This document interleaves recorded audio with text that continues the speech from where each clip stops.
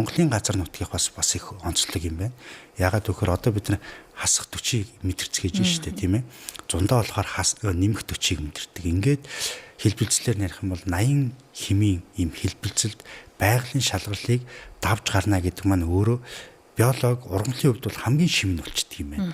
Хүний хувьд ч гэсэн маш их одоо биологийн хувьд байгалийн шалгарлыг гаргаад ирдэг ийм одоо тогтолцоод явдаг юм байна л. Тэр утгаараа бол Монгол одоо нутагт ургаж байгаа ургамлуудын одоо хүч чадал их өндөртэй байна гэж гардаг. Тэгээд одоо би зүгээр сонирхуулаад хэлэхэд одоо монголч нөгөө хунчрын бас ингээд тармилжуулалт явдаг болцсон. Бид нэг ингээд судалгаа хийгээд үзэхэд одоо хунчир гэдэг зүйлийг бол өмнөд хөрш маань тармилжуулдаг. Дэлхийн зах зээлийн хамгийн том юг нь өмнөд хөрш одоо хангадаг байх жишээтэй. Гэхдээ яг ингээд биологийн тогтолцоодыг аваад үзэхээр нарийн судлаад үзэхээр Монгол одоо ургал зэрлэгээр ургаж байгаа болоод тармилжуулж байгаа энэ хунчир жишээлбэл биологийн идэвх чанар маш өндөр байж байгаа жишээтэй. Тэгэхээр энд юу гэлээ тэгэхээр хунчир сайн боловч Монголд ургаж байгаа юмнууд нь огшим юм байна. Өөр эмийн ургамал сайн боловч Монголд байж байгаа зүйл нь огшим юм байна. Сайн байцгаана уу сонсогчдоо, сайн байцгаана уу үзэгчдээ. Хөгтөнгө радио хөтөж подкастын ээлжид дугаар эхэлж байна. За өнөөдрийн зочноо танилцуулъя. Их хэмж Баяр Бямбтай ярилцахаар зочноор студид тавьсан. Сайн байна уу та? Энэ өдрийн мэнд хүргэе. Сайн байна уу? Өрсөнд баярлалаа. Энэ өдрийн мэнд хүргэе. За баярлалаа. Хэдхэн хоногийн өмнө Монгол Улсын ерөнхийлөгчийн зарлиг гарсан.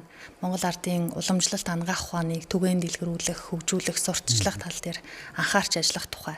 Тэгэхээр та энэ зарлигийг их ач холбогдол өгч түүхэн өдөр гэж тэмдэглэсэн байсан. Тэгэхээр Монголын уламжлалтын ангаах ухаанд зориулж зарлиг гарч байгаа нь монголчууд бидний хувьд шинжилгээ ухааны салбарын хувьд ангаах ухааны хувьд яагаад түүхэн өдөр болохыг та нэг тайлбарлаж хэлж өгч. Тийм. Энэ дээр бол уламжлалт ангаах ухааны салбарын эмчнэр за тэгээд Монголын ард түмэн бол их баяртайгаар хүлээж авсан. За тэнд дундаа бол одоо яг 1 сарын 16-нд бол одоо уламжлалт ангаах ухааны салбарынхан энэ өдрийг одоо зарлиг гаргасан энэ өдрийг бол уламжлалт ангаах ухааны өдөр болгохоор одоо ингээд тэмдэглэхээр болсон байх жишээтэй. Тэгэхээр яг энэ зүйл яагаад энэ цаг үед гарч нэхэр би хувьдаа ингэж бодсон. Ер нь бол энэ дэлхийн нийт чинь их одоо даяарч шүү дээ, тийм ээ. Одоо хил хязгаар гэж байхгүй болж байна. Аль журам руу очиж болж байна. Эд бараа таваарын харилцаа, мэдээллийн урсгал гэхэд бид нар хаанаас мэдээлэл авч байна. Нэг талаараа бүх юм ингээд хавтгай болж ин ижилсээд идэг. Гэтэл тэн дунд бид нар юугаар ялгарх юм? Монгол хүн гэж хэн байх юм? Өв соёл нь юу байх юм? Тэгэхээр чинь л нөгөө бидний үүх түүхээр намжиж ирсэн энэ өв соёлуудаараа бид нар ялгараад тэрүүгээрээ дэлхийд тэрийг онцгойруулж тэрүүгээрээ одоо бид нар ч Монгол хүн гэдгийг тодтогч өгөх ийм одоо цаг үе бол одоо ирээд байгаа. Тэгээ яг энэ үед л одоо бас Монгол Улсын ерөнхийлөгч маань одоо уламжлалт ангаах ухааныг хөгжүүлэх тухай зарлиг гаргасан. Тэгээд засгийн газарт энийг бас үүрэг болгоод ингэ явж байгаа нь бол маш одоо цаг үе болсон. За тэгээд энэ дэлхийн хэмжээнд одоо харсан ийм том үйл явдал боллоо гэж би бол өвдө харж байгаа. Яг энэ зарлагт бол одоо ингээ 345 жилийн ой дээр гэж ярьжсэн. Бас Монгол уламжлалт ангаах ухаан үүсээд 3000 жил, 5000 жилийн тэртех юм бас яригдж байна. За манай Монголд бол бидний мэдж байгаагаар сүүл сонсноор 1990-ад оноос эхлээд яг энэ уламжлалт ангаах ухааныг хуучин хэвээр нь эргэж сэргээх хөгжүүлэх тухай асуудлууд яригдаж анхны энэ аль бие усны эмнэлэг тогтолцоо үүсээд ингэж явж байгаа шүү дээ. Та түүхэн их сурвалжаас нь үүдэж ярьж өгвөл аль цаг хугацааг хамарч ярих вэ? Тэгэхээр нөгөө эрдэмтэн судлаачдын үед бол одоо ингээд археологийн олдвруудыг судлаад за яг нь Монгол одоо ангаах ухаан гэдэг зүйл бол 5000 жилийн өмнөөс бол ингээд үүсэлтэй хөгжөөд ирж ирсэн ийм одоо ухаан байна гэдгийг одоо хүмүүгийн үеэс эхлээд үүсэлтэй иймнүүд байна гэдгийг бол археологийн олдвроор тогтоож байгаа. Тэр утгаар нь бол 5000 жил гэдэг одоо тав баримтууд яригдчих байгаа жишээд. За тэгээд мэдээж тэндээс хойш бол тодорхой хэмжээний одоо хөгжлийн үе шатууд явсаар л байсан.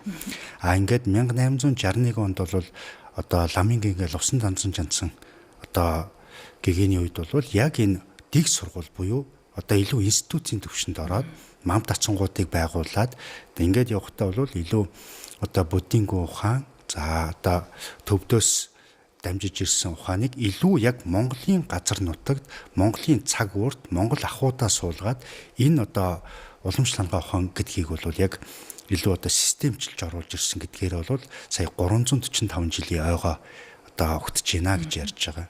За ингээд мэдээж бол түүхэн одоо үед бол 37 оны хэлмэгдүүлэлтийг бид нар сайн мэддэг. Энэ өв ухааны тухайн үеэс эхлээд ер нь бол хаагдмал болж эхэлсэн, мам татсангуудыг устгасан. За ингээд ардын зүйл бол нуугдмал байж ирсэн ч гэх юм уу те. Ийм цаг үеийг дамжиж хагаад 1990 оноос хойш яг энэ анхны одоо мам татсан гэдэг зүйлүүдийг бол алдагдуулахгүйгээр сэргээ хөгжүүлж ирсэн бас ийм түүхийн үйлчлэлүүд.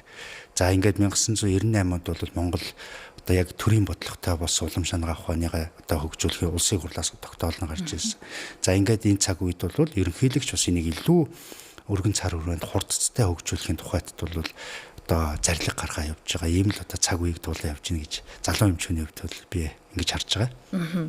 За мэрэгжилтнүүдийн хувьд, эмчнэрийн хувьд уламжлалт ангаах ухаан хэр өргөн цар хүрээтэй. Шууд ингээл ой тоонд нь тав гэл буугаад ирж байна. Яг энгийн иргэд бидний хувьд за манай Монголын уламжлалт ангаах ухаанд эхлээд юу арах вэ? Суцаар ойшилноо. Олон төрлийн үс урмал дээр одоо суурилсан эм тангууд орж ирж байна. Гээд ингээд цаашаага нэг айхтар холддгүй. Тэгэхээр та Монгол ардын уламжлалт ангаах ухаанд тийм ээ зөвхөн хүн болгоны толгойд байдаг суц барайл тан уулгаал болоо юм уу? Өөр ямар чухал имчилгээнүүд, үйлчилгээнүүд багтдаг вэ? Яг үнэ. Тэгэхээр би бас өөрөө яг үндсэн бол одоо Европ ангаах хүн гэж ярьдаг тийм ээ манай ардын дунд энэ чиглэлээр төгсөж яг эмч болсон. Тэгээд төгсөж гарснаас хойш одоо нийгэмд хүмүүст өвдөх асуудал нэг өөр асуудал. Энэ дээр клиникийн одоо эмнэлгийн тусламж үйлчилгээний асуудал. Өвдөхөөс өмнөх асуудал чинь дэлхийн нийтэд хамгийн чухал асуудал байгаад байна. Энийг одоо ярьж хэлий түгээн дэлгэрүүлэе гэж одоо өөртөө зорилго тавиад ингээд эмч болсныхаа дараа хүмүүст сургалт мэдээлэл өгөх гээд ингэсэн. Яг бидний сурсан нөгөө ангаах ухааны боловсрол гэдгийг тэн дээр ойлгосон. Өвдсөний дараах юмнуудыг бид нар заалгасан байсан юм бэл. 6 жил өглөөс орой хүртэл ном үзээлсэн, өвчин л бид нар үзээдсэнс биш өмнөх асуудлуудыг ерөөсөө үзээгүй. Ингээд шим тэжээлийг тодорхой хэмжээний нутришны юмнуудыг одоо эргэж хараад өөрийнхөө хэмжээнд судлаад юмуд өгсөн. За ингээд дараа нь ингэнгүү чинь яг тэр нөгөө одоо макро микро шим тэжээлэр хоолны зөвлөмж гэдэг юм ингээд явахад нэг талаараа өвөрцөнтэй боловч нөгөө талаараа бас учир дутагдaltaй байсан. Ингээд хамгийн бидний ойр байсан юу гэхээр мэдээж уламжлалт өв соёл, уламжлалт ангаах ухаан. Энэ зүйлүүд дээр бидний яг эрүүл байх үндсэн суурь юмуд энэ дээр байдаг юм биш үү гэдгийг олж харсан. За ингээд бүр цаашлах юм бол уламжлалт ангаах ухаан зөвхөн хүнийг эрүүл байлгах одоо өрсөн сэргийлэх эмчилгээс гадна бүр нарийн тэр төвшөнд нь одоо сэтгэлийг амар амгалан байлгах, бүр цаашаа нөгөө сэтгэлийн гэгэрлийн төвшингийн юмнууд хүртэл энэ ухаанд чинь бүр ингээд шат чаттайгаараа одоо байдгийн байна гэдгийг олж харсан. Тэр утгаар нь би уламж шангаах ухааны онцлогуудыг хэлэх гээд юм л та. Уламж шангаах ухаанд бол хүнийг юу гэж авч үзээд байна гэхээр хүн гэдэг бол би энэ бодгоол үүсэхтэй та би үүсэхтэй бол мэдээж нэг талаасаа эцгийн цагаан тусал. Нөгөө талаасаа эхийн туслаа хоёр одоо нэгдэх нь байна. Ингээд зөвхөн бол бие махбодыг үүсэх яг энэ үеэсэд болохоор одоо тийм сэтгэл буюу намш одоо бид нар энгийн нэрлэх нөгөө сүнс сэтгэл гэдэг зүйл орж ирснээр энэ зүйл чинь хоорондоо үүлийн барилгаар одоо холбогдчихэж бидний бодгаал энэ хүн үүсдэг юм байна. Тэгэхээр улам шангаах хүн юу гэж хэлээд нэхэр хүнийг авч үзэхдээ нэг талаасаа махан бие махбод буюу бодгаал нөгөө талаасаа сэтгэл энэ хоёрын нэгдэл юм а гэж үздэг. Тэргээр илүү өргөн цар хүрээтэй судлах болчих. За мэдээж өрний ангаах ухаан буюу одоо орчин цагийн ангаах ухаан бол яаж үзээд ийм нэхэр мэдээж маш нарийн түвшинд хөгжиж байна. Хүнийг бол гэхдээ илүү арга талаас нь. За хүн бол 37 триллионсээс тогтож байна. Энэ ис болгон чинь өөрөө цаашаага одоо генетикийн мэдээлүүд дагуулагдаж байна. Тэр ген генетикийн мэдээллүүдийн маш нарийн түвшинд судлаад хүний ер нь геномын секвенс буюу тэр дарааллыг бүгдийг тогтоогоод үзсэн. Тиймдээж энэ хүний ген генетикт ийм алдаа гарах юм бол энэ өвчнөр өвдөх магадлал нь байна гэдэг. Ингээд илүү матери талаасаа маш нарийн түвшинд хөгжсөн. Гэхдээ нэг жоохон дутагдaltaй зүйл нь болохоор хүнийг сэтгэл гэдэг зүйлээс арай өөрөөр үзээд. Сэтгэлийн юу гэж үзээд нэхэрэ энэ тарих мэдрэлийн тогтолцоонд үүсэж байгаа нейрохим био одоо медиаторууд даавруудын нөлөөгөөр ихсэж багасж байгаатай холбоотой сэтгэлийн одоо хөдлөлүүд гарч ийнэ гэдэг талаас нь л авч үзээд идэг ийм зүйл. Уламж шангаах хүн болохоор түрүүний хэлсэн тэр нөгөө бие хэл сэтгэлтэй холбож авч үзээд байгаа болохоор хүнийг одоо шинжилт судлахтаа тэр нөгөө судас одоо онцлогоо гэдэг зүйл энэ дээрээс ургаж гарч ирдэг. Тэгээд нөгөө судас онцлогоо гэдэг зүйлээр үзэж байна. Хил онцлогоо гэдэг зүйлээр үзэж байна. Шээс онцлогоо гэдэг зүйлээр ингээд хүнийг онцлохдоо ганцхан нэг эрхтний одоо өвдчихжээ. Гэхээс илүүгээр тэр хүний бие махбодын нөгөө 5 цул 6 сав эрхтний тэнцвэрийг хангахын тухайд одоо яг дараагийн эмчилгээний арга зүйн явдаг гэдгээрээ илүү онцлогтой гэсэн үг. Одоо Монгол уламжлалт хангах ухаан болон би сэтгэл хоёрыг нэгт авч үзээд хоорондын уялдаатай гэж ингэж үзэж байгаа. Та сая яг энэ хэлсэн шүү дээ, Европ шинжилгээ ухаан бол ингээд арай өөр байгаад байна гэсэн. Одоо психосоматик шинжилгээ ухаан судлаач гэд эмчнэр бас байна штэ. Гэтэл манай Монголд энэ яагаад ингэж хөгжөөгүй вэ? Гэтэл Монгол ардын уламжлалт хангах ухаан чинь угаасаа бие сэтгэл гэдэг байгаа хэрнээ. Энэ ингээд нэршил нь өөр байгаа боловч авь адилхан ингээд яваад байсан байж юу? Яг үнэ. Тэгэхээр психосоматик гэхээр психо буюу сэтгэл, соматик буюу бие махбодын. Одоо өөрөөр хэлэх юм бол орчин цагийн хангах ухааны психиатр буюу сэтгцэн эрүүл мэндийн салбарын нэг одоо судлагдсан салбар судалгаа шинжилгээг болохоор психосоматик гэдэг. Энэ болохоор юу гэлээд нэхэр хүний энэ сэтгэлээс үүсэлтэй биеийн өвчлөлүүд үүсдэг юм а гэдгийг судлаад. Тэгэхээр одоо сүүлийн жилүүдэд ер нь хүмүүсийн дунд ийм өвчлөлүүд их болсон. Чэйжэр ингээл хүндүр оргиол байдаг. Ингээл амьсгал тавчтаад байгаа юм шиг. Ингээд үзэхэр гинт одоо зүрх нь болиглаа л эхэлдэг. Тэгэхээр за зүрх өвдөд ингээл зүрхний эмнэлгээр явна, шинжилгээ өгнө, зүрхний сахил хаамжлыг хийлгэн яг бүтцийн болоод үйл ажиллагааны өөрчлөлт илэрхгүй. За ингээд за зүрхний эмч жишээлбэл за танд бол зүрхний талаас асуудал алгаа. Та мэдрэлийн эмчээр нэг яваад үзээрэй. За ингээд мэдрэлийн эмчдэр очино, зохих одоо шинжилгээнүүдийг өгнө, багжийн болон тий одоо шинжилгээнүүд өгнө.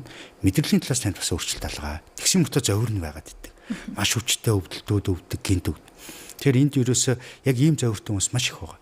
Гинтл даралт нэгсдэг, гинтл одоо сэтгэл намдаг, тэгээд нойргүй болцсон ийм зүйлүүд ерөөсөө маш. Тэгэхээр энийг бол психосоматик өвчлөл гэж одоо орчин цагийн хангах ухааны нэг салбар болгоод байдаг.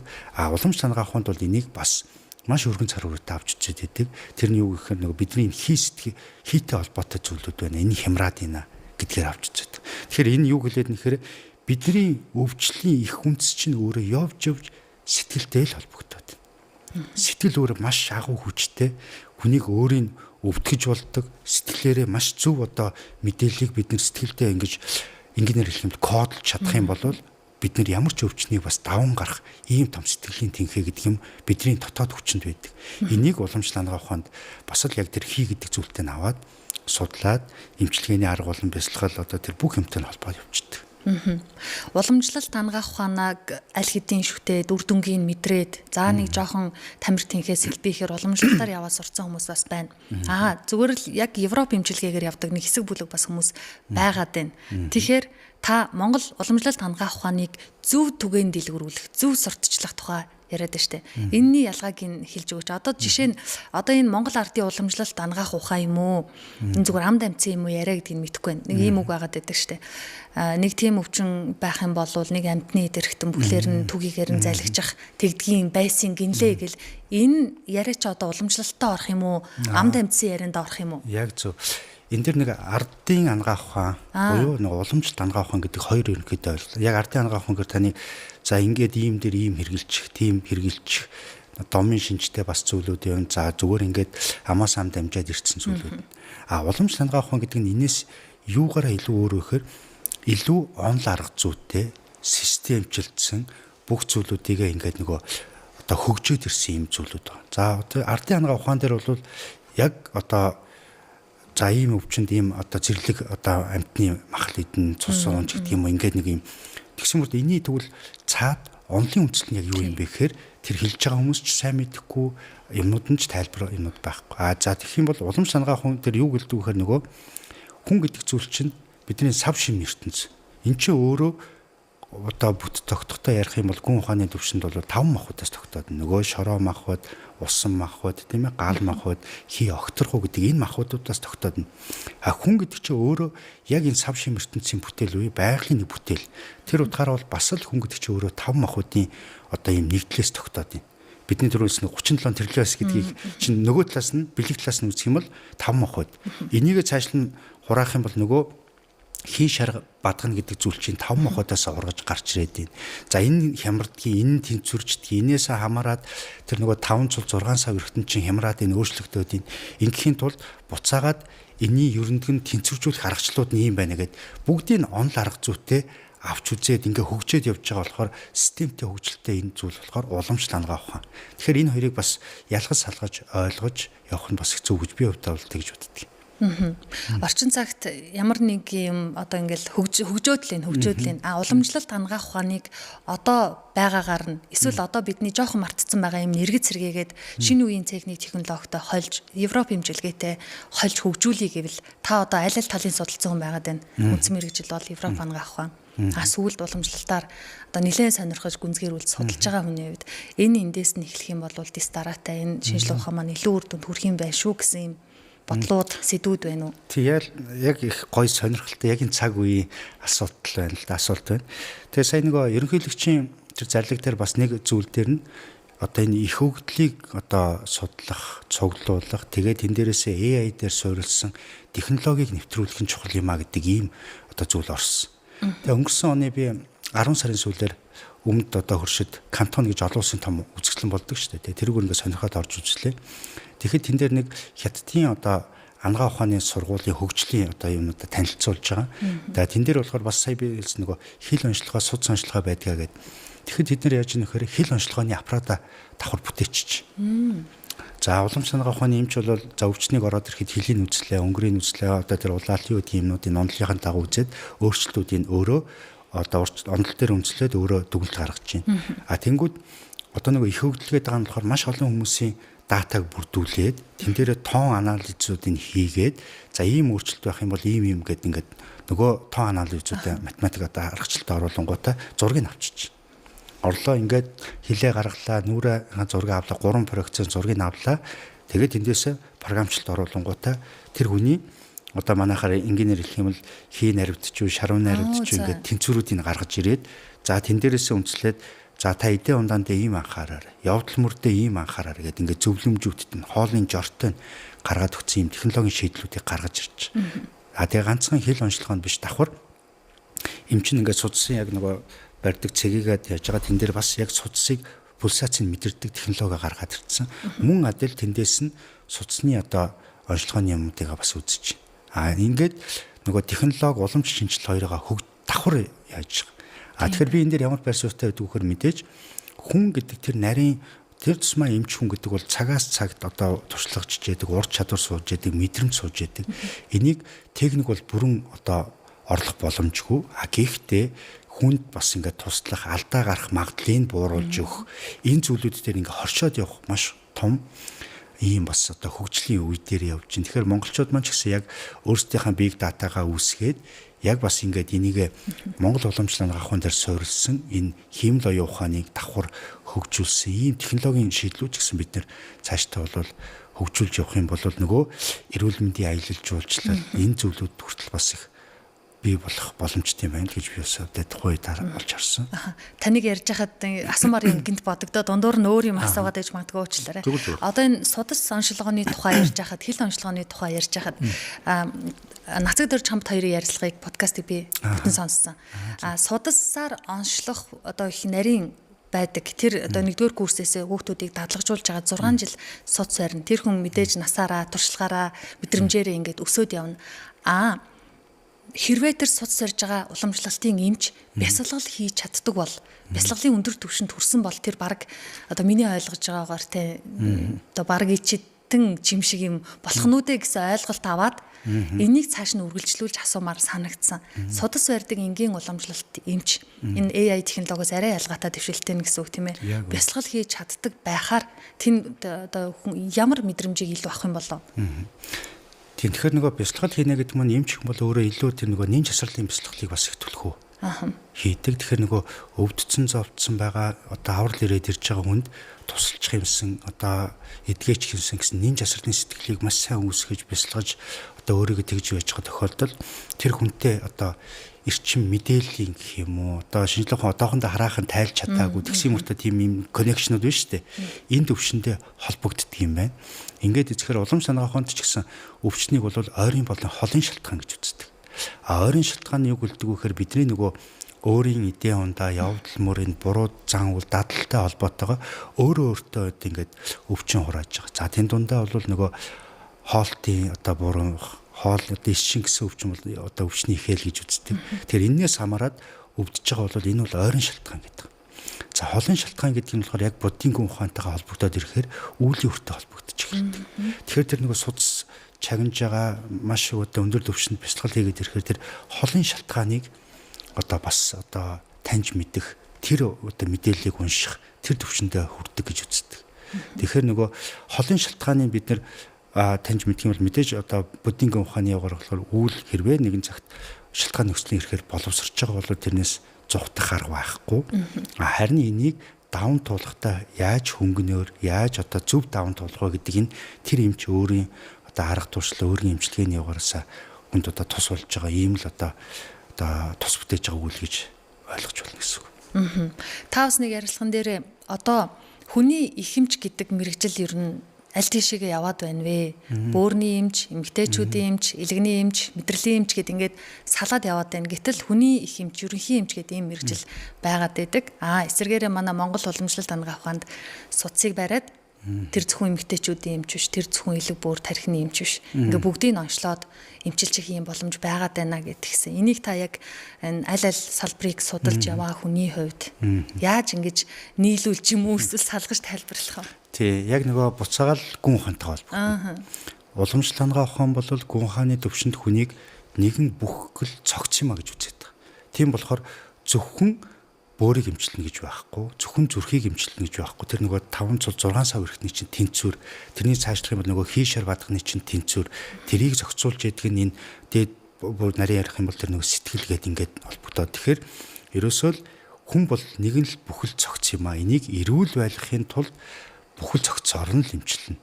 Тэрнээс нэгийг одоо барьж аваад ингэчихэр боломжгүй гэдэг. Энэ нөгөө гүн ухааны үндслэл дээрээсээ суурлаад нөгөө онл арга 100 дараагийн бүх юм явчихж байгаа болохоор уламжлалтын бөөрийн эмч гэж байхгүй, уламжлалтын зүрхний эмч гэж байхгүй, уламжлалтын эмэгтэйчүүдийн эмч гэж байдаггүй.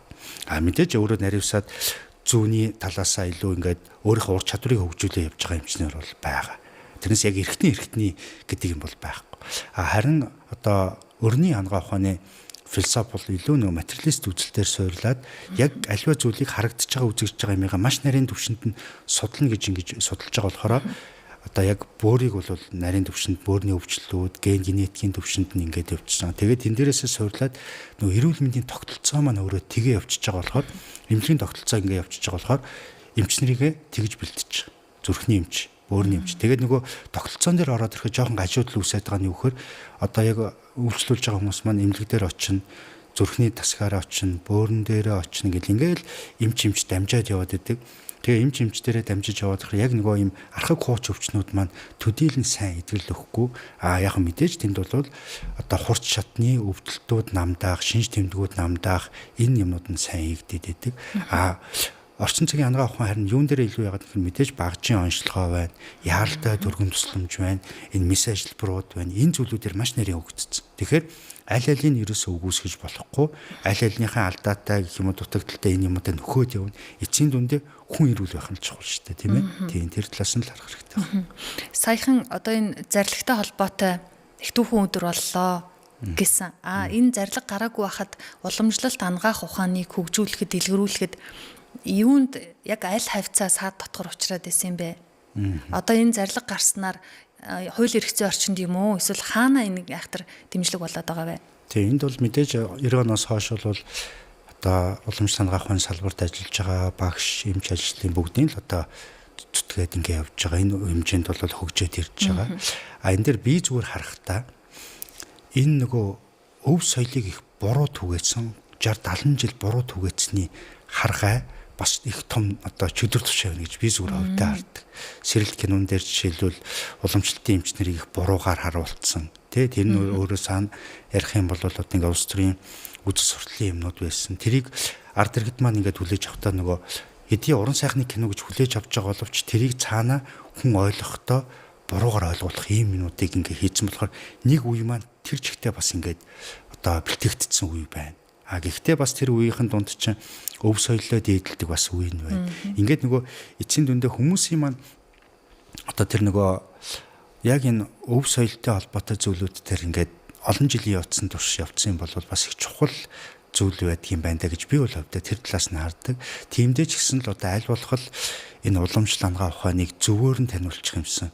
Тэгээд энэ дунд энэ орчин цагт одоо нөгөө шинжлэх ухааны нотлохоо судалгаатай хүмүүст тайлбарлаад өгөх юм бол хүмүүсийн нөгөө итгэл үнэмшил болоод энийгээ буцаагаад өв соёлоо өөрөө маш хайртай болох, Тэгээ бусдаас одоо харамлах тий одоо бусдад гадныханд бол энэ өв соёлоо илүү гоё өөрөө одоо бахархаж ярих. Тэгээ би ингэж идэгдэг. Саяхан ерөнхийлөгч тэр одоо арга хэмжээнд дээр хэлж илээ. Польшид одоо төрийн ажил хийж хахад Польшийн тэргүүн хатагтай нь бол Монгол ангаа ухааныг маш их одоо сайшаажсан. Монгол ангаа ухаанаар өөрөө бас тодорхой хэмжээний имчилгээ авсан юм байна гэж би ойлгосон. Ингээд тэрийг хэлж байгаа байхгүй. Тэгэхээр бидний энэ өв соёл гэдэг маань зөвхөн 3.5 сая хүнийг имчлэх эдгэх асуудал бас биш юм байна гэж би өсөвдө хардаг. Энэ өв соёлыг бид нар өөрсдөө эхлээд маш сайн зөв одоо улс ортойгоор олон нийтээр одоо бүх ингээд нэг дуутай тий ойлголттой байгаа. Тэгээ тэрийгэ хөгжүүлээд ингээд цааш нь явах юм бол дэлхийн одоо 8.5 одоо тэрбум хүнд одоо тус болох энэ өв уламжлал биднэрт бас байна. Монголын брэнд энэ юм байна даа гэж би бас бодож явдгийн. Одоо манай энэ Монгол уламжлалт хангаах ухаан зөвхөн яг энэ манай монголчуудад бидэнд тохирсон ийм уламжлал, ийм имчилгээ ингээд зохирж байна уу? Яг сая таны ярьсан чи одоо өөр ТV-ийн өөр хүмүүст яг манай энэ уламжлал хангаах ухаан зохиж байгаа имчилгээний ер нь хэр нөлөөлдөг бол сонирхолтой санагдав. Яг үнэ. Энэ дээр ингээд үзэхэд бас Монгол ангаа ухаан ингээд одоо Монголд одоо хөгжиж ирж байгаа үг түүхийг бас гарал үүслийн бас ярьчвал илүү ойлгомжтой магадгүй баг. Ер нь бол мэдээж энэ 5000 жилийн түүхтэй. За тэгээд цаашлаад ирэхэд бол дараа нь бурхан багшаас ингээ үүстэй. За аюурведээс ингээд хоорондоо эн чинь тухайд аль соёл иргэншилтэл ингээд хөгжөөл яваад байгаа шүү дээ. За тэгэхээр яг энэ нөгөө хийшэр батхан одоо энэ 5 махуудын оноллыг гаргуулын зөнгөт Ведийн шитртэй холбогдоод явдаг. Ведийн шитрийн 5 махууд тэгэл энэ хийшэр батханы юмнууд маань бурхан багшийн сургаал номдод хөгжсөн. Энтхгээс хойш төвдөд хөгжсөн. Тэгтээ бас давхар л эн чинь нөгөө их баг 10 ухааныхаа нэгдээ орж явдаг. Ингээд эрэхтэй төвдийн одоо өндөрлөгт бол яг тэр төвдийн өндөрлөгт байгаа хүмүүсийн амьдралд бас тэр хүмүүс чинь өөр юмшүүлээд одоо хөгжиж ирсэн. За ингээд дахиад төвдөөс Монголд одоо бас хөгжиж орж ирэхтэй бол яг энэ тал газрын эрс тэрс уур амьсгалтай энэ Монголын ард түмэнд бол нөгөө хүүтэн халуун хүүтний өвчлөлүүдийнх нь аргачлал дээр ягаад тэгээ эдийн ундаатай зориулаад арга аргачлал одоо энэ явдал мөрийн юмнууд нь одоо хөгжиж ирсэн. Эндээс аваад үсэх юм бол онл арга зүй гэдэг нь болохоор одоо гэгэрсэн оюунаар одоо бичигдсэн, тунгаагдсан ийм зүйл болохоор онл арга зүй төр бол одоо алдаа мадаг ер нь бол байхгүй маа гэж үздэг. Харин бүс нутаг болгын хүмүүс өөр өөрийнх дээр өөрөмшүүлж авах. Энэ л хамгийн чухал. Одоо жишээлбэл бид нэг хэсэг ногоон цай сайн гэж тэгж ярьсан тийм ээ. Мэдээж ногоон цай бол сайн. Энийг одоо шинэ жилийн аваад үзэхэд антиоксидант чанар маш өндөртэй байна, сайн байна гэж судалсан. Харин ногоон чанарын өөрө бэлэг чанарын хувьд аваад үзэхээр өөрөө сэрүүн мөн чанартай аваад идэх. Тэгвэл сэрүүн мөн чанартай зүйлүүдийг удаан уугаад тэн дундаа одоо энэ сэрүүний уйлралд уугаадах юм бол хүний бие махбодыг сэрүүтчлээ гэж ярьдаг тийм ээ. Тэгэхээр бас жоохон тохиромжгүй. Тэгвэл хизээ уух вэхээр дулааны уйлралт тийм ээ. Ингээд уугаад явах нь юм зүг байх жишээтэй. Халуун ногоог бид нэр халуун юм чаа халуун мөн чанартай гэж ойлгуул бас хиндүүрэл. Энэ өөрөө бас сэрүүн мөн чанартай. Халуун оронд одоо байгаа хүмүүс яагаад тэр халуун ногоог хийддэг вэхээр тэр халууны мөн чанарыг дотоод тэнцвэрийг хадгалахын тулд сэрүүн мөн чанартай буюу энэ халуун ногоонуудыг түлхүү иддэг байх жишээтэй.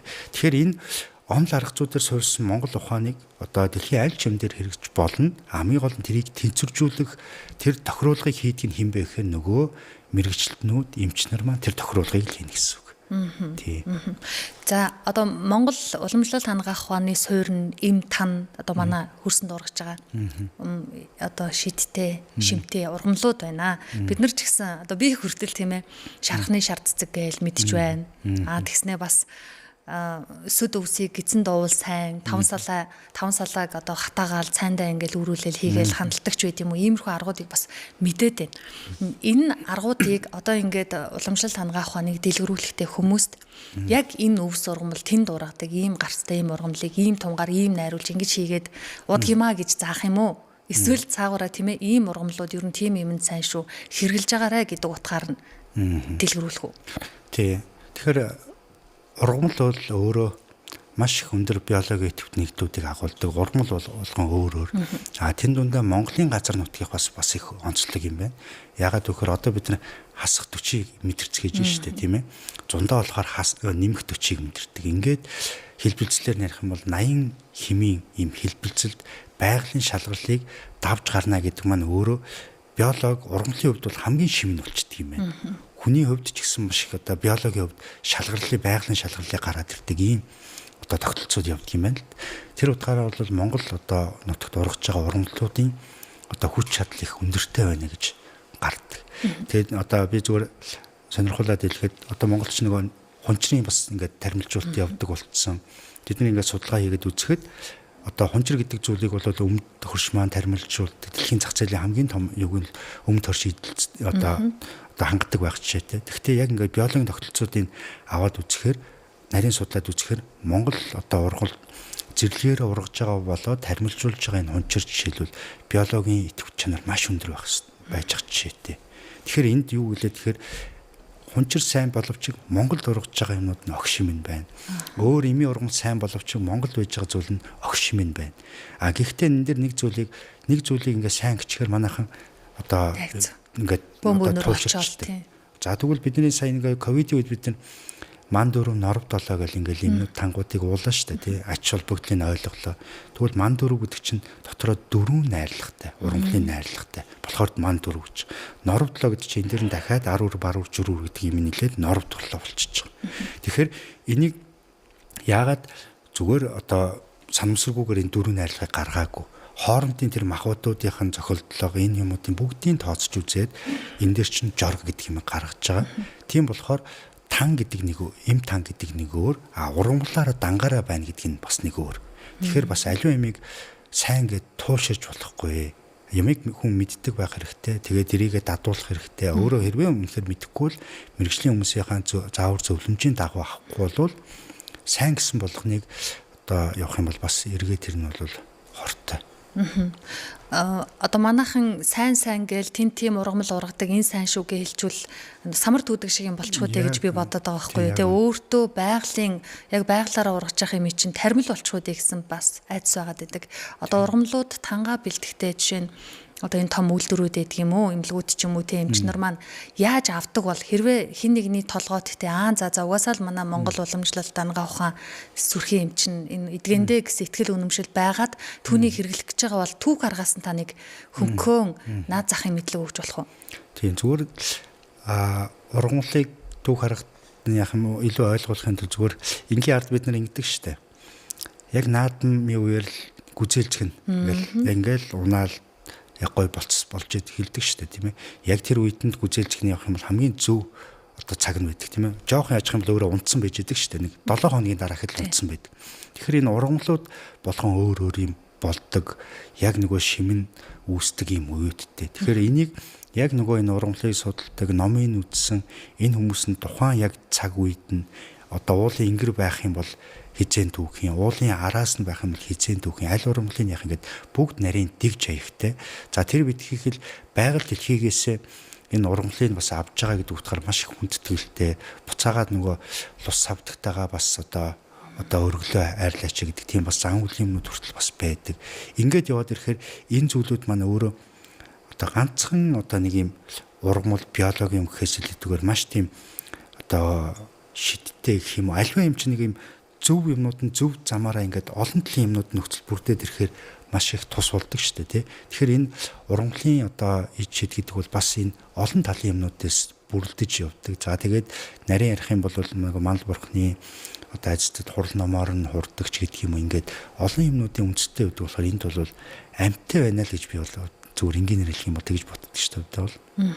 Тэгэхээр дураараа очиол сайн гээл хамаал холиод гутгаал угаал гэж бас болохгүй. Бас болохгүй. Тий одоо бид нар бол мэдээж яг уламжлал цайнд ордог, энгийн өдөр тутмын хэрэглээнд ордог юмнууд бол байна шүү дээ тийм ээ. Одоо нохоо ошоогоо бид нар яхад атаагаад, нунтаглаад тэгээ цайтайгаа баяжуулаад хэрэгэлдэг байх жишээтэй. Тэгэхээр нөгөө энгийн өдөр тутмын юмдаа баяжуулж хэрэгэлдэг юмнуудаа бид нар одоо сайхан хэрэглээд явах нь хэрэгтэй. Гэхдээ бас зарим юмнуудыг сайн гээд одоо сая хэсэгэн жилийн өмнө тэргүүж эргэрүү гэдэг нэг ургамлын талаар чи ингээд үндсээр нь хөрснөөс нь бүгдийг нь хуулаад тэгээд урагшаа эдийн засгийн сонирхлоор одоо гаргаж байгаа баригдаж байна гэж мэдээлүүд явсан. Үндстэй нь хуулаад авсан юм эргэж нахин сэрэхгүй. Тэгэхээр энэ бол эдийн засаг харах юм бол маш их буруу зам руугаа ороод бид нар өөрсдөө энэ байгаль дэлхийг одоо уул уурхай гэж яриад идгээс илүүтэйгээр бид нар хамгийн бүр шимтэй юмнуудаа эргэж одоо байнгын төлждөг юм аа бид нар үндэстэй нь ухаад явчих юм бол энэ бол маш том алдаа, маш том одоо нүгэл болно. Тийм.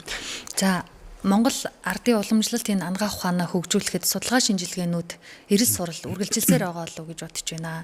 30-аад онд одоо нөгөө мэддэг чаддаг байсан хүмүүс нь ингээл бөөнөрөө гэр гинтэл байхгүй болсон. Түүнийг олж цуглуулах ажлууд өдий болтол үргэлжилсэн байх. Одоо танд тийм ээ магадгүй судалж байгаа араас нь эрс сурал болж байгаа нутаг усаар явж байгаа жишээнүүд байна уу? Тэр үед нэг энэ өвчнийг ч юм уу те ингэж ангаадаг байсан гинлээ. Нэг тийм мэд чидтэй ийм эмийн ургамал байсан гинлээ. Энийг ингээд найруулчвал энэ бүтэц яг болох гээд байна гэд хайж байгаа юм байна уу? Яг нь миний залуу эмчийн хувьд бол талын юм сонирхол хараал ингээл явж байгаа. Тэгээд энэ дэр бол уламжлалт ангаа ухааныг бас сая ургамалтай бас холбоод хэлэхэд орчин цагийн үед яаж хөгжих юм бэхээр орчин цагийн ангаа ухаан бол нотлохын суурилж байна. Дэлхийн нийт тэрийг хүлээн зөвшөөрч байна. Тэгэхээр тэр хилэнд нь буюу одоо биднэрт байдаг энэ хуучны олон мянган жор, олон мянган одоо энэ эмт ургамлуудаа орчин цагийн ангаа ухааны судалгааны арга аргачлалаар судлаад тэрнийхээ үйлдэл болоод биологийн одоо нэгдлүүдийн тогтоогоод хүний эрүүл мэндэд ингэж нөлөөлж байна гэдгийг клиник судалгаагаа игээд ингээ гаргаад хөгжүүлээд их юм бол энэ бол яг уламжлалт ангаа ухааны хамгийн том хөгжил. Энийн нэг жишээг би хэлмээр байна. 2015 оны одоо Нобелийн шагнал тэнд дундаа одоо ангаа ухаан физиологийн салбарт өмнөд хөршийн эрдэмт нь одоо шалгарсан Нобелийн шагналыг авч ирсэн.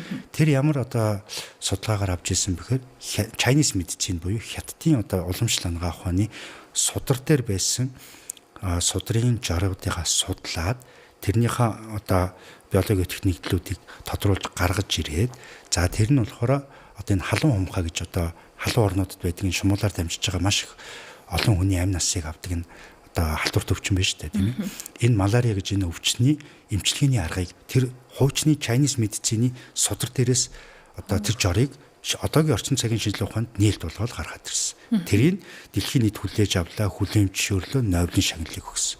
Тэгэхээр Монголын ангаа ухаанд ч гэсэн ийм Нобелийн шагнал авахаар ийм одоо өв соёл одоо энэ жорууд нь бүгд байж байгаа. Харин одоо энэ цаг үед ирээдүйн цаг үед энийг л бид нар яг тэр одоо арга аргачлалаар нь судлаа тогтоогоо дэлхийд таниулах юм бол энд бол Нобелийн шагнал болоод цаашаа дэлхийд түүх том юмнууд нь энд л байна гэж хараад байгаа.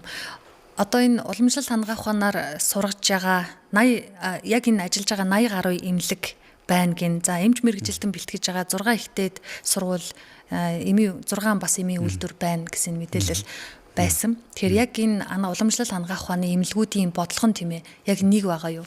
Энэ судраас үүдэлтэй одоо нэг ийм салбар юмаа гэдэг шиг юм байгаа юу? Эсвэл энэ хүний судалгааны нэг өөр байгаад энэ оюутнуудтай өөр юм заагаад нөгөө их сургууль одоо өөр хүн байгаад өөр зааж гинүү? Тэгээ яг энэ дээр бол эмчилгээний онол арга зүй бол бүгд нэг. Мэдээж тухайн эмчим өөрийн туршлага, өөрийн арга барилаа жоохон өөр байхыг бол үгүйсэхгүй. Тэгээд энэ эмч нарыг бэлдэж байгаа энэ зүйл хамгийн чухал байна гэдэг одоо энэ уламжлалт ангаа ухааны улсын болон хувийн хвшлийн сургуулиуд бүгд ингээд нэгдээд энэ дээрээ одоо програм одоо хөтөлбөрөө болоод нэгтгээд яг ийм одоо нэгдсэн стандарттай явна гэдэг дээрээ болоод тогтоод тэр нь одоо ингээд хэрэгжээд явж байгаа. Тэгэхээр нэг сургуульд нь нэг өөр онол арга зүй заагаад нэг сургуульд нь өөр арга зүй заагаад явах бол одоо боломжгүй. Тийм болохоор энэ зүйл дээр мэдээж одоо сургуулийн хөтөлбөрийн хувьд бол жоохон зөрүүтэй юмнууд байсан. Одоо эднийг бүгдийг нэгтгэх гээд одоо ингээд нэг одоо шугамд оруулаад явж байгаа ийм л цаг үе байгаа гэсэн үг. Сая та ярилцлага эхлэхээс өмнө засгийн газраас тодорхой үүрэг даалгавруудыг өгсөн гэж ярьжсэн шүү дээ. Тэр үүрэг даалгаврууд тодруулж хэлвэл ямар үүрэг даалгаврууд байгаа бол? Тэр ерөнхийлөгчийн зарилгын юм дээр бол мэдээж хамгийн гол нь одоо хүний нөөцийн асуудал байна.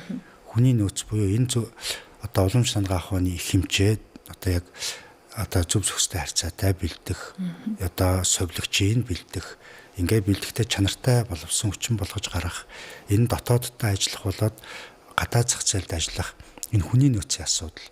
Хоёрт нь бол мэдээж энэ дээр бол эмнэлгийн тогтолцооныгаа одоо чанагчуулах. Тэхийн тулд эмнэлгийн тусламж үйлчилгээ авахын тулд мэдээж энэ эдийн засгийн одоо эрүүл мэндийн эдийн засгийн одоо санхүүжилтийн тогтолцоогоо энэ уламжлалт ангаа ухааныгаа яг энэ одоо өрний ангаа ухаантайгаа зэрэгцүүлж хөгжүүлэх. Тэрхийн тухайд бол гол нь энэ эрүүл мэндийн даатгалын тогтолцоонд зөв оруулах. Тэгэхгүй бол өмнө цаг үед ямар хандлагаар явж ирсэн бэхээр одоо нэг тал нь өрмийн, нэг тал нь хус минь гэдэг шиг тийм ээ. Яг ингээд за мэдээж өрний ангаах ухаан буюу одоо яг эмнэлгийн одоо явж байгаа эмнэлгийн тусламж үйлчилгээнд дээр илүү их мөнгө төсөө яваад идэг. Тэр нь юун дээр яваад идэг вэхээр өвдцсний дараах бодлого дээр хамгийн өмнө яваад идэг.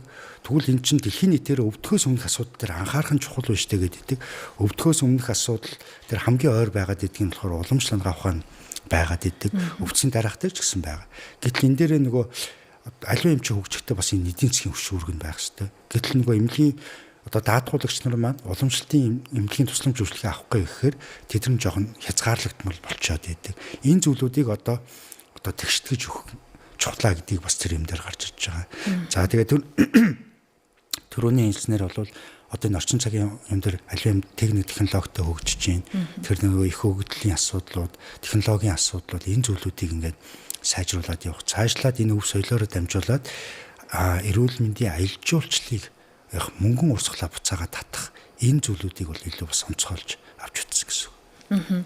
Ангаах ухааныг хөгжүүлж яхад иргэдийн талаас буруу ташаа ойлголттой яг энэ нэг үзлийг, энэ нэг ойлголтыг залруулчих гэсэн ийм ойлголт байна уу? Нөгөө талаас мэрэгжилтнүүд байдаг юм уу? Эсвэл нөгөө талаасаа тийм ээ бас нэг буруу ойлголт түгээгээд байгаа тийм нэг хэсэг юу юм байна уу? Энийг нуулгүй хэлэхэд байдаг гэдгийг би эмч болсныхаа дараа би бол өөрөө өрний чиглэлээр анх сураад эмч болоод дараа нь өөрөө одоо ингээ хичээгээд уламжлалтыг бас сонирхоо судлаад өөрийгөө хөгжүүлээд явж байгаа.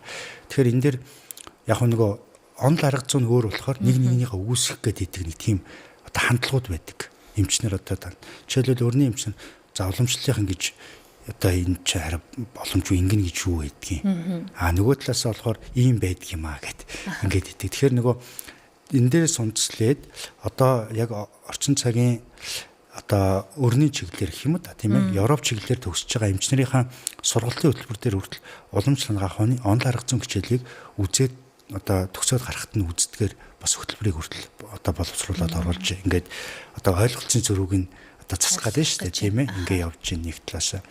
Нөгөө талаасаа ард иргэдийн дунд зарим нэг цөөн одоо хандлага байдгийг нь болохоор түрүүн хэлсэн нөгөө соёлын одоо нөлөөгөөр буруу ойлгогдсон зүйлүүд бас ингээд явах гээд байдаг.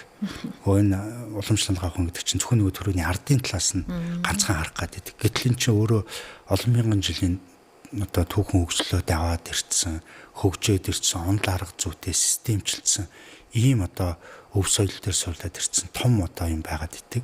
Тэгэхээр энэ зүйлүүдээр энэ мэдлэгийн зөрөө, ойлгоцсон зөрөг гаргахын тулд мэдээж л нөгөө соён гэгэрлийн л ажлууд их хэрэгтэй гэж би хувьд хардаг. Уламжлалт ангаах ухаанд зүү тавина, бомб тавина гэдэг байдаг штэ. Энэ би өөр шинжилгээ ухаантай холиод байна уу? Яг манай уламжлал ангаах ухаанд бомб тавих, барай хийх, зүү тавих гэсэн уламжлал байна уу? За яг зүү таних зүү одоо аргачлалын юмнууд бол илүү Chinese medicine дээр илүү суурилж илүү хөгжсөн. Тэгээд эндээсээ манайхан мэдээж бас энийг хөгжүүлээд өрөмшүүлээд аваад зүү тавих аргачлалууд явж. Монгол яг ангаах ухаанд илүү их ингээд дэлхийд хамгийн гол хөгжлийг авч явсан болохоор энэ хануур төөнүүрийн одоо аргачлал нь илүү. Яагаад жишээлбэл хануурын төөнүүрийн жишээлүүд дээр аваад үзэх юм бол төөнүүр гэдэг нь Монголд илүү их сайн хөгжөөд бусад одоо энэ одоо Азийн орнуудаа энэ соёлоо түгээжсэн юм бэхээр Монгол өөрөө энэ хүүтэн сэрүүний бүс нутаг. Тэгэхээр нөгөө хүүтэн сэрүүнтэй болохоор бидний одоо уламжлалаар ярих юм бол нөгөө хүүтнийхээ харивдах, хүүтний одоо чанартай одоо бэлэг чанартай өвчлүүд их өвддөг. Тэмдэж бид нөгөө өвөл болохоор бөөр шээсний замын өвчлүүд их хэсдэг, бөөрийн өвчлүүд их хэсдэг. Тэгээ энэ зүйлүүд чинь нөгөө арга бэлэг буюу одоо халуун хүүтний одоо энэ аргачлалаар нь ярих юм бол хүүтэнд бол нөгөө төөн тавих тэр бэлчрүүд дээр төөнж өгснөөрөө буцаага тэрийг одоо тэгштгэж өгдөг аргачлал нь Монголд илүү одоо түлхүү хөгжөө тэр нь одоо цаашаа ингээ хөгжижсэн байх жишээд. Жишээлбэл түрүүн хэлсэн нөгөө ведээс дамжсан аюрведийн жишээлбэл эмчилгээний арга техниктэр бол төөнөр төдийлөн бага хөгжсөн байх жишээ. Тэнд бол халуун бүс нутгийн оронд тэгж нөгөө халуун чанартайгаар яваад харгачлал нь харьцангуй бага байх жишээтэй. Тэгэхээр нөгөө тэр том онл арга зүйгийг улс орон болгон өөр өөрийнхөө хөгжүүлээд тэндээс ихдээ нэг нэгнээс одоо мэдээлэл солилцоод арга туршлагаа хөгжүүлээд явж байгаа юм л зүйл. Та өөрөө цахим эмч подкасттай анзаараад хахад хөвчлэн одоо Европ эмч шинжилгээ ухаан талаасаа энэ уламжлалт ангаах ухаан талаас эмчнэр төлхөө ороод ах шиг харагдаад байна. Олон эмчнэр дотроос одоо нийтлэг хэлж байгаа түгээмэл бэрхшээл нь юу байна? Одоо өвчлөл гээл тэгэхэд сэтгэхүйтэй холбоотой ч байж болно. Тэгээ энэ тал руугаа л алдаад байна гэж давхцаад байгаа санаанууд байна уу? Яг зөв. Одоо давхцаад байгаа санаа бол бидний сэтгэлийн эрүүл мэндийн асуудал ерөөсөн бүгд давхцаж байна. Би одоо орчин цагийн эмчнэртэйгээж ярилцж гин, уламжлалтын эмчнэртэйгээж ярилцж гин, буддийн гүн ухааны одоо багш одоо ламнартайч бас ярилцж байна. Ингээд энэ дээр яхад ерөөсөө бүх зүйл сэтгэлийн эрүүл мэндийн асуудал, нөгөө стресс, бухимдал, ганцаардал тий ингээд энэ одоо сэтгэл түгшгэх эмгэг энээс хамаараа цаашлаад ярих юм бол нөгөө нойргуудлын асуудал, нөгөө таргалтын асуудлууд ч гэдэг юм. Энэ бүх юм чинь өөрөө анхдагч нь ерөөс сэтгэл. Тэгэхээр сэтгэлгээд ингээд аваад үзэхээр бид нэр аливаа юмыг яг өөрийн сэтгэл бүх юмыг нийцүүлэхээс л одоо хамаг алдаа хараад байна гэж харагдав. Тэгэхээр одоо хүн хоорондын харилцаан дээр ч тэр нэгнийгээ яг ингээд нөгөө байгаагаар нь хүлээд авахаас илүүтэйгээр минийх зөв энэ хүний хэлээд байгаа буруу гэд. Тэгээ яг өөрийнхөө үзэл бодлуудыг аливаа хүнд ингээд тулгадаг. Өөрийнхөө ботсон сансан юмудыг тулгадаг. Тэр хүн мэдээж бас нэг өөрийн үзэл бодол. Энэ болгон дээрээс ингээд хүний хоорондын харилцаанаас болоод зүрийн харилцаа талаас нь ярихад ийм зөрчлүүд үүсээд энэ дээрээс энэ харилцаа чинь нөгөө хосын харилцаа ч байж болно. Ах дүүсийн харилцаа, амраг саатан ажлын ч гэдэг юм ингээд олон төрлийн харилцаан дээрээс энэ нөгөө би гэсэн байр сууриасаа бүгд хамтдагаас болж ихний одоо шалтгаан гарч ирж байгаа. Тэгээд ирэхээр дараагийн нөө сэтгэл хямрах, сэтгэл одоо хөдлөлүүд энэ зүйлүүдээс үүдэх. Тэгээд энэ нь бол нарийн дээр ярих юм бол цаашаага яг үндсэндээ одоо өвчний их суурьуд болж идэг. Тэгэхээр юу гэж хэлгээд нэхэр альва юмыг байгаагаар нь л хүлээгээд авчих. Заавал ч миний одоо туйлын хүн байх албагүй. Миний одоо бүх юм минийх зөв байх албагүй шүү дээ. Магадгүй зарим тохиолдолд тэр хүний одоо буруу минийх зөв байсан ч гэсэн нэг удаадаа тэрийг одоо ууж сэтгэлээр хүлээгээд авчдаг. Тийм нөгөө сэтгэлийн тэнхээ сэтгэлийн одоо энэ орон зайгаа бид нар сайхан тэлээд өгөх юм бол энэ өвчлөл гэдэг зүйл чинь бас тэрийг дагаад буурна. Тэгхгүйгээс бол дээрээс л энэ альва сая ингээл айхтар хэрэгүүд хүртэл гарч ийн штэ. Сэтгцтэй холбоотой л өвчлүүд, сэтгцтэй холбоотой л асуудлууд. Тэгэхээр энэ зүйлүүдийг ойлгохын тулд бид нар бас нөгөө сэтгэлээ тань мэдхийн тулд жоохон ч гэсэн өнгөж харах юм хэрэгтэй гэсэн. Уламжлалт хангаа ухааныг судлаад та сая бас хэлсэндээ сэтгэл судлалын курс Монгол уламжлалт төгссөн гэсэн үү? Юу гэсэн бэ? Тэгэхээр одоо манай энэ Европ тал руугаа сэтгэл засалж сэтгэл зүйчэд гэдэг байгаа шүү дээ. Тэгэхээр энэ хоёрын уламжлалт Европ эмчилгээ нь шинжилгээ ухааны юм шүү гэдэг шиг сэтгэл заслын хувьд бас нэг ялгаатай тал байгаа байна. Тийм. Яг одоо ингээд орчин цагийн хангаа ухаан тэн дундаа одоо психологийн одоо сэтгэл судлалын шинжилгээ ухаан гол төлөөллүүдээс нь ярих юм бол Зигмунд Фройдийн онолууд байна тийм ээ. Тэгээ одоо бид нэр одоо тивний травмтай, ивний травм гэл гэмтэлтэй гэл ингээ яриад байна шүү дээ. Тэр онолоор бол юу гэж үзээд нөхөр аливаа асуудлууд бидний хүүхэд байх үед төлөвшдөг юм байна. Хүүхэд байхдаа одоо хайр халамжаар дутах, хүүхэд байхдаа хүчирхийлэл дүртжсэн, хүүхэд байхдаа гадуурхагдчихсэн. Энэ үеүүдэд хүний сэтгэл эхлээд энэ ухамсарын төвшин ажилтдаг. Ухамсарын төвшин ажиллахаас гадна тэр цаана ухамсаргүй төвшин аливаа нэг юм хамгаалтуудыг хийж идэг. Ингээд тэнд нөгөө эмзэг байдлын юмнуудаа тэр цаана нэг юм хаалттай хаалганд очиод нуучдаг, дарчдаг. Тэрийг мэдхийг хүсдэггүй, харахыг хүсдэггүй тийм юмнуудаа ингээд нуучдаг гэж үздэг. Зөвхөн ингээр би тайлбарлах гэж хичээж байгаа юм ш.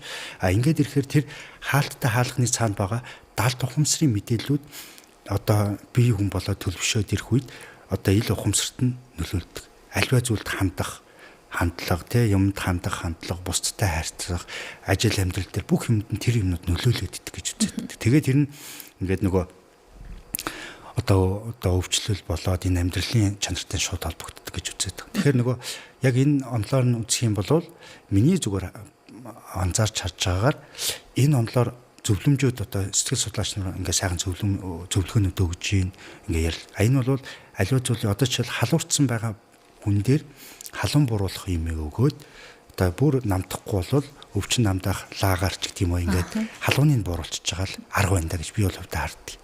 Тэрний цаана шалтгаан нөхцөл нь байж л байгаа. Шалтгаан нөхцөл байгаа тохиол хоолоо идэлцсэн байхад тэр эдээбэр арилахгүй бол нэг хэсэг хугацаанд дахиад халуурдаг. Тэгэхээр тэр шалтгаан нөхцөлийг одоо эмчлэх зүйл нь хаана байгаа нэхэр бас нэг буддийн ухаанд байгаад. Буддийн ухаанд бол энэ одоо бидний сэтгэлийн үзэгдлүүдийг бол аливаа юм нь бол мунхгаас үүсэлтэй юм. Түрүүн хэлээд байгаа нөгөө би гэсэн энэ зүйлүүд үүсэлтэй байна гэдэг ингээд арай гүн одоо тэр хаалттай хаалганы цаана байгаа бүр гүн төвшөнд нь арай судлаад нэг. Тэгэхээр аль алийг нь бол өгөөсгөж ерөөсөө болохгүй. Би бол өгөөсгөл тал дээр ерөөсөө байдаггүй. Алийг аваа эмэг хүн аль талаас нь судлаад тэгээд тэр зүйлүүдийг цаг үед нь яаж хэрэгжүүлж авч явах вэ гэдэг дээр л одоо хүмүүстэй зөвлөд явах бол эмчийн ур чадварын асуудал гэж би боддог. За баярлалаа. Тэгэхээр өнөөдрийн бит хоёрын ярилцах цаг их төгссөн байна. Та яг энэ ерөнхийлөгчийн зарлагтай холбоотой ардын уламжлалт хангах ухаанаа хөгжүүлэх тухай ярина. За энэ подкастт нэг орохоор нэг энэ хэсгийг л ярих хэрэгтэй шүү. Үнийг мартчихгүй дээ гэсэн агуулгууд байна уу? Яг үнэ. Ерөнхийлөгчийн бас ингээд санаачлаад хэрэгжүүлж байгаа эрүүл Монгол хүн гэдэг хөтөлбөр байгаа шүү дээ, тийм ээ. Би тэрэн дээр бас ингээд боддгийн эрүүл Монгол хүн гэдгийг өөрөө зүгээр ингээд дотроо бодоод задлан шинжилж байгаа байхгүй. Тэгэхээр эрүүл гэдгийг юу гэж үзэх юм бэ гэхээр хүн бие махбод болоод сэтгэлийн хувьд эрүүл байх. Энийг бол эрүүл гэж үзнэ. За тэгвэл Монгол гэдэг үг шүү дээ, тийм ээ. Монгол гэдэгт нөгөө бидний өв соёл, түүх, энэ зүйлчин байгаа. Тэгэхээр энийгээ бид нэр одоо сайн мэдээд энийгээ маш сайн түгээн дэлгэрүүлэх, цаашлаа дэлхийд түгэх энэ эрүүл Монгол гэдгийг ас. Тэгээ мэдээч хүн гэдэгт нь бол ёс суртахуунтай, ёс зүйтэй, энэрх сэтгэлтэй ийм хүн байх. Ингэж чадах юм л нөгөө эрүүл Монгол хүн гэдэг юм байх юм бол энэ бол өөрөө одоо хамгийн чухал юм байна. Тэгээ тэрний одоо бас нэг хийгдэж байгаа том ажил нь бол саяны уламжлалт хангах ухааныг одоо сэргээн хөгжүүлэх одоо тухай зарлиг гаргасан нь бол энэтэйгээ бас холбогдож байна удаа л гэж би бас харж байгаа. Тэгээд бас их баяртай талархалтай хүлээж авч байгаа.